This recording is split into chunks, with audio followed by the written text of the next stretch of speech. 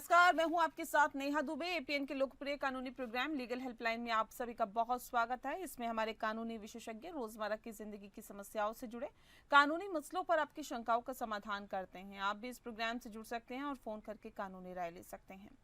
आज हम आपको ट्रांसफर ऑफ प्रॉपर्टी एक्ट से जुड़ी हुई जानकारी देंगे और इस विषय पर तफसील से चर्चा और जानकारी देने के लिए हमारे साथ सीनियर अधिवक्ता, सीनियर एडवोकेट हमारे साथ और कानूनी विशेषज्ञ नवीन पांडे जी जुड़ गए हैं। नवीन जी, बहुत बहुत स्वागत है आपका। शुक्रिया नेहा जी। जी, और नवीन जी आपको विस्तार से जानकारी देंगे और ट्रांसफ़र ऑफ प्रॉपर्टी एक्ट के बारे में बताएंगे। इस विषय पर अगर आपको भी कोई भी जानकारी चाहिए तो आप हमें कॉल कर सकते हैं और आपको बस अब नंबर दिखाते हैं। नंबर है 0120612793 पर कॉल करिए या फिर 0120612793 पर भी आप हमें कॉल कर सकते हैं। विषय बहुत महत्वपूर्ण है।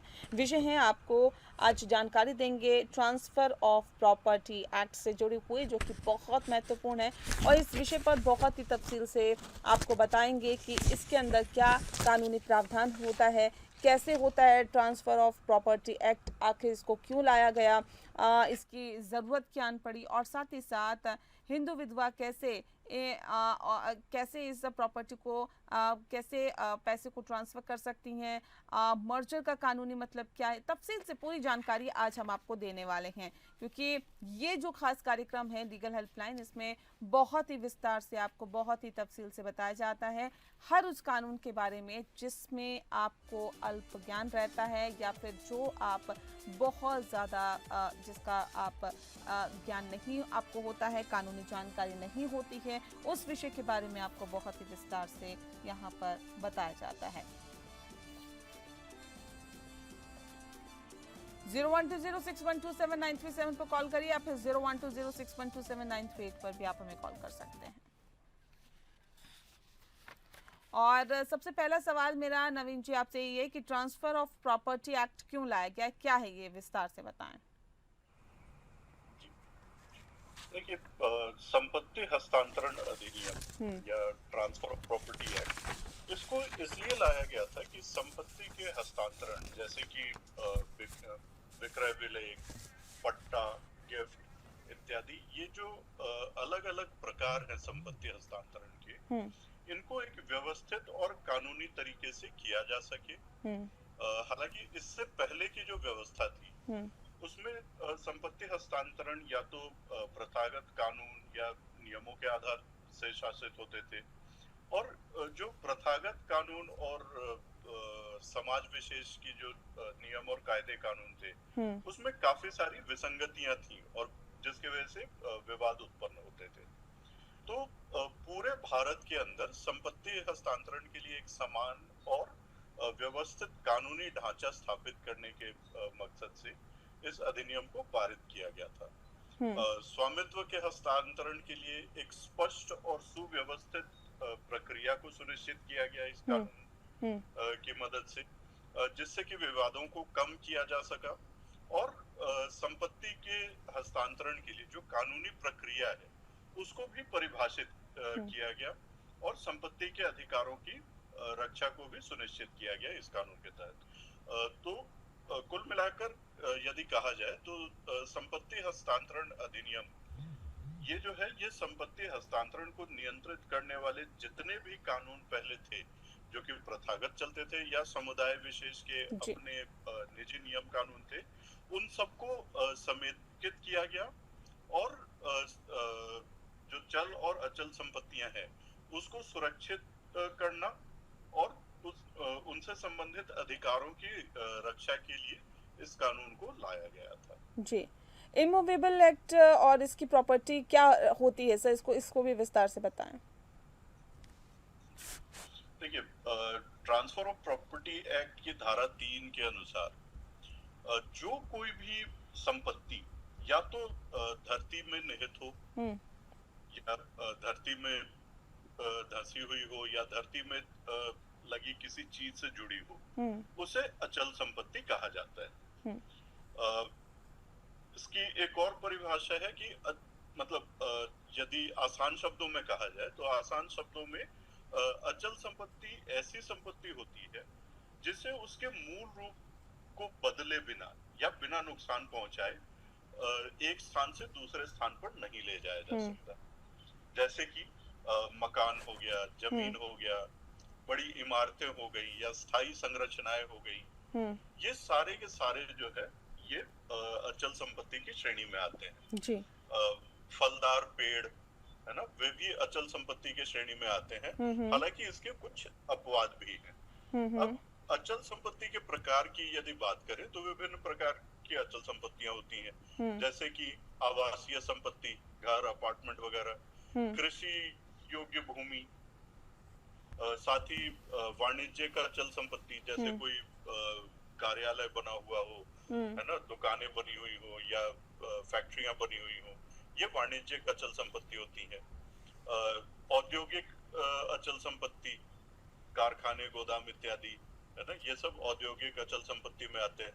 अब जैसे मैंने पहले बताया कि फलदार पेड़, क्योंकि ये भी जमीन से जुड़े हुए हैं, है ना, और जमीन के अंदर धंसे हुए हैं, तो इनको भी अचल संपत्ति माना जाता है। लेकिन इनके कुछ अपवाद भी हैं। कुछ पेड़ ऐसे भी होते हैं जिनको अचल संपत्ति नहीं माना जाता है हमारे भारत में, जैसे कि नीम का पेड़, बबूल, शीशम, सागौन या बांस के पेड़ इत्यादि, है ना, जो कि फल के पेड़ नहीं होते, उनको अचल संपत्ति नहीं माना जाता। लेकिन यदि फलदार पेड़ है तो वे अचल संपत्ति होते हैं।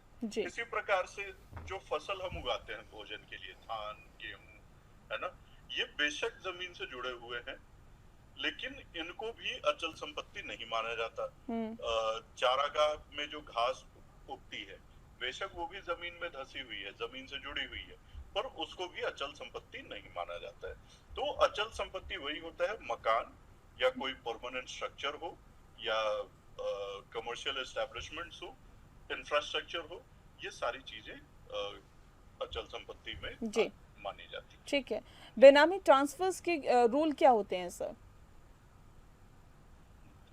देखिए, जहां तक बेनामी ट्रांसफर्स के रूल का सवाल उठता है, तो ये रेगुलेट होता है बेनामी संपत्ति हस्तांतरण निषेध अधिनियम, है ना, या बेनामी लेन देन निषेध अधिनियम 1988 में पारित हुआ था। ये इस कानून के तहत कोई भी बेनामी हस्तांतरण ये जो है प्रतिबंधित है।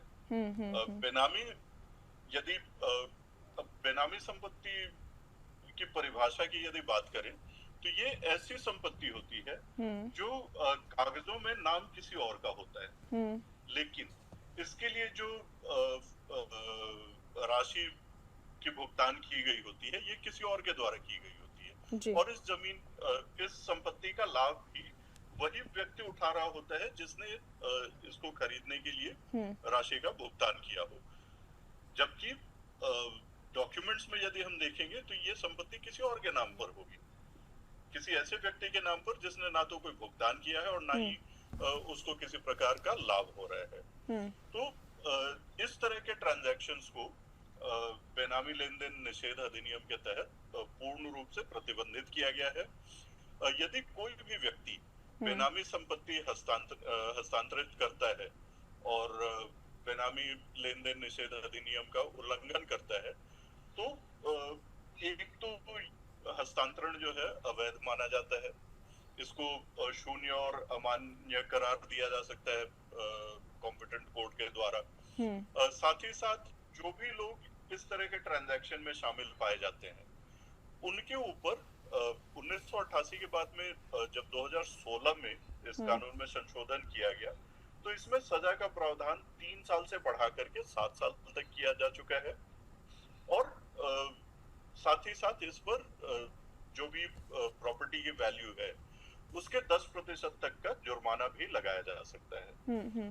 और यदि जानबूझकर गलत जानकारी दी जा रही है ऐसे हस्तांतरण करने वालों के द्वारा तो उनके ऊपर भी जुर्माने और सजा का प्रावधान किया गया है। जी, हमारे साथ लगातार जुड़े हुए हैं सर। ब्रेक पे जाने से पहले आपने तमाम सवालों के जवाब दिया। अब ये बताइए कि हिंदू विधवा कैसे इमूवेबल प्रॉपर्टी को कैसे पैसे के लिए ट्रांसफर कर सकती है? देखिए, इस प्रश्न का जवाब देने के लिए हमें दो परिस्थितियों को देखना पड़ेगा। जी। पहला कि जो ये हिंदू विधवा है ना, जिस संपत्ति को ये बेचना चाह रही है वो संपत्ति किसके नाम पर है।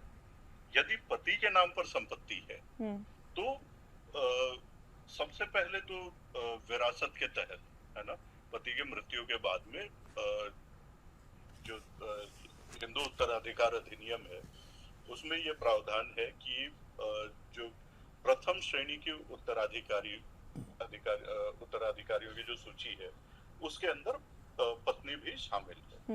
तो प्रथम श्रेणी के उत्तराधिकारी होने के नाते पत्नी जो है उस संपत्ति की मालिक हो जाती है, और मालिक क्योंकि वो प्रथम श्रेणी के उत्तराधिकारी के नाते मालिक है तो उसके पास में यह अधिकार आ जाता है कि उस संपत्ति को वह बेच सके, है ना।